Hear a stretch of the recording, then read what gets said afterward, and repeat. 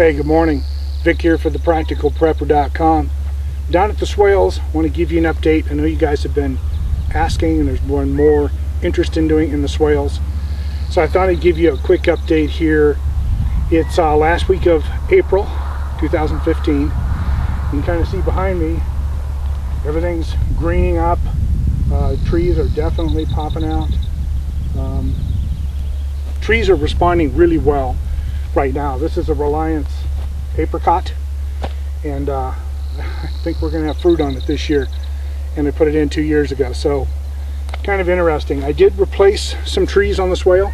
I brought in 8 trees, 6 of which are heirloom cider apples. I brought in 3 different varieties, and I placed them out on the swale. I'm really interested in doing more cider apples in the long term and see how that works out. And with that, I think I brought in a couple more Honeycrisp just because they're good eating apples. You probably noticed the fence that you haven't seen before, and it's kind of interesting. In the world of permaculture, of course, you observe, you take an action, you step back, you observe, and then you do a correction or another action. Well, this is kind of the unintended consequences. We originally had one dog that we rescued, and that's Rusty, and she was the only dog here, and things were fine. We eventually adopted or rescued another dog, and that's Jake, a little black dog, and the unintended consequences is this is where they wanted to play, right here. At this very north end of the toe swale, this is where they wanted to play. And they really helped destroy this cherry tree that was here. I helped in watering, or overwatering. And they basically decimated all of the grass and some of the other support. So what I did was I made a fence just on this corner just to try and change what they were doing, their actions. So far they have not got back in there. They haven't had anything to do with it. And as you can see, everything's coming back in on the end of the swale. I do plan to replant a tree there at some point. I just didn't buy enough trees. I did go to Grafting Class, so Lisa and I went to the Grafting Class here again during the year, and it's $40. And the guy who does it, Michael Janik here in Reno, is just the greatest guy when it comes to apples or fruit trees. So he gave the class, which I've taken before, but the good thing about the class is $40 a person, you get to graft 6 trees. Well, figure out what the cost of trees is on the market, and you know, if all of them take, you've done really, really well. So most of those are cider apples. We did do some fruit apples again, but we'll see how that goes. And I'm hoping if they start coming along, then I'll transplant them back out here into the swales. But one of the things that's been a bit of a challenge is that, like California and Nevada, is in that same drought situation with the Great Basin, and trying to dial in the amount of water and really keep that constant and consistent so we get maximum growth. I stress the plants, but I make sure that they're, you know, getting enough water. That's been a bit of a challenge. We haven't really had any rain events. If you look at the video I did where we had the thunderstorms and they were full, I mean, that was amazing, but we have not had an event like that since. So, you know, this is all cyclical, so at some point we'll go back to having our big rains and our big snows, and we'll kind of be out of it and back to our what's in the country a below normal norm, but it would be our normal, which I think is around 6 or 7 inches of rain a year, which is not a lot. So everything else is doing really well. I did bring in I transplanted some more black locust, brought that in. A couple other plants were not doing well, but this spring they've just popped back up, and it looks like they're just going to go gangbusters. So I'm really excited about what I think all the plants are going to do this year. I think they've had enough time in ground and time in climate, and now I think they're really starting to get, forgive me for saying, but getting the roots down, and I think that's going to be a good year. The little grass thing that I did in the center out there, it worked with moderate success. But what I needed to do was to reseed that and put a lot more ground cover in. So I've added a lot of wood chips in areas, and I've seen growth immediately around the wood chips. A lot of our rock work we did for water control, and we have a big event. All that is grassing in and really looking good. You know, a lot of the spillways down on the swales now, you can just barely see the rock.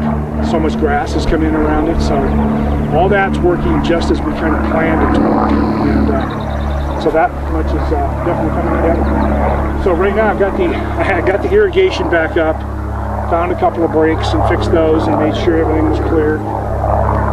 The other thing that I had was we had one morning with a hard freeze, and I didn't realize we were having a hard freeze, and I thought I had drained the irrigation here well enough. I didn't. Everything else went fine. The one thing that failed is the most expensive thing there. The double check valve failed, and you need to have double check valves if you're doing irrigation to prevent the backflow into whatever water system you're using. You'll find that in plumbing codes across the country, but it's not only a good practice, it's a mandatory practice. Problem is those valves are expensive. That valve was $125, and luckily I have another one here for a third irrigation set I was going to do, and right now it's going to end up being the replacement, and at some point I'll probably buy another one and put it on the shelf just so I have it in case. But we had snow last weekend while I was in PrepperCon in Salt Lake City, and we actually fought through some of that snow coming back. It's pretty miserable. But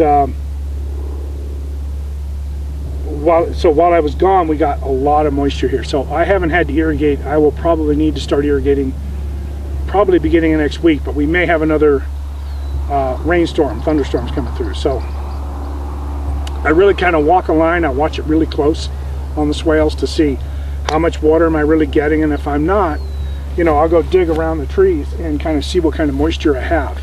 And if they're getting a little too far on the dry side, then I'll hit them for probably an hour per zone and get some moisture back in that soil. And so far they're responding really well, and I'm watching and I'm learning every year how to do something a little bit better, a little bit different, or wow, I had that totally wrong and I need to rethink that. So yeah, it's all a learning experience, and it's a lot of fun. But the swales are doing, they're doing really well. I'm kind of lucky. The dogs will occasionally dig on a swale, but for the most part I leave the bottom of the property. There's like an acre down there. They can go goof off and they dig huge holes down there, and I don't care, because I love to have them digging down there. But other than that, that's all I have. I'm going to be going to the our state nursery opens on May 7th, and I plan to go out after that and pick up some more support plants. I haven't really devised a list yet. I'll give you an idea, and I'll do a little video on what I pick up and what goes in. But it's really nice to go out there and, you know, buy 5 of this and 5 of that and 10 of those, and just come out here and just pop them in. And some are going to take and some aren't, and it's just a numbers game. So I'll keep playing that. Sooner or later I think I'll win. Let me show you that valve real quick. So this is the double check valve right here, and this you absolutely have to have in your system. And like I say, they're pretty pricey, but here's where the damage occurred. I'll move in closer so that you can see the crack right there. It literally split this body, and this is an all brass body. Part of the reason it's so expensive. Live and learn, but I thought I had it covered. I'm modifying it now so I can make sure that I get full drainage and this doesn't happen again. With that, I got nothing else. If you got questions, let me know. We'll do another video when I get some planning, but I thought I'd just give you kind of a quick overview. Let me take a second. I'll pan the camera and move around a little bit so that you can kind of see what's going on, and then we'll see you till next time. So hang on a second, and let's do a little walk. All right, so let's walk it here. This is the top of the toe swale. So let me move around here. So this is that apricot doing really, really well. This is one of my excuse me, it's one of my new apples. You can see what it's doing already. Absolutely fantastic. Most of these guys are doing really well. This is a new one also, and you can see it's budding. It's budding up right there. My canes will come back in. These right here, this is blackberry. It'll come back up. This one's already started to. Really, all of mine have started to come back up. So, springtime. So here's what I'm talking about. Here's the spillway. You see all the rock? You can see how that grass is growing in now. It's really, eventually you'll hardly know there's rock there. So, like I say, some plants are a little slower. This is the one tree that I'm a little worried about. Reliance Peach. I'm afraid it may have met its match. So that one will probably get changed out. That's a Stanley plum, doing really well. A lot of the things on these swales I have not replanted, so it's pretty much whatever's here will probably start coming back up. I think that's a black currant right there. I thought that was dead last year. It's one of the ones that just sparked and took off again, and we'll see what's going to happen. Another Reliance Peach, doing really well. This is a new one that I put in, and it's taken a little bit of time. It's got a lot of buds on it, but it hasn't budded yet, so I'm just going to keep an eye on this one. And here's one that I thought was dead. This is just what's amazing about how things work. This is a poplar. This is the main. I thought it was dead, but you can see it's actually growing. So we'll see what happens here. So let me give you a quick shot. I'll just kind of walk on the high side of the main swale.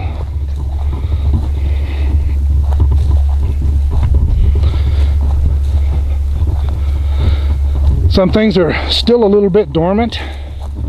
Other things are going to come along.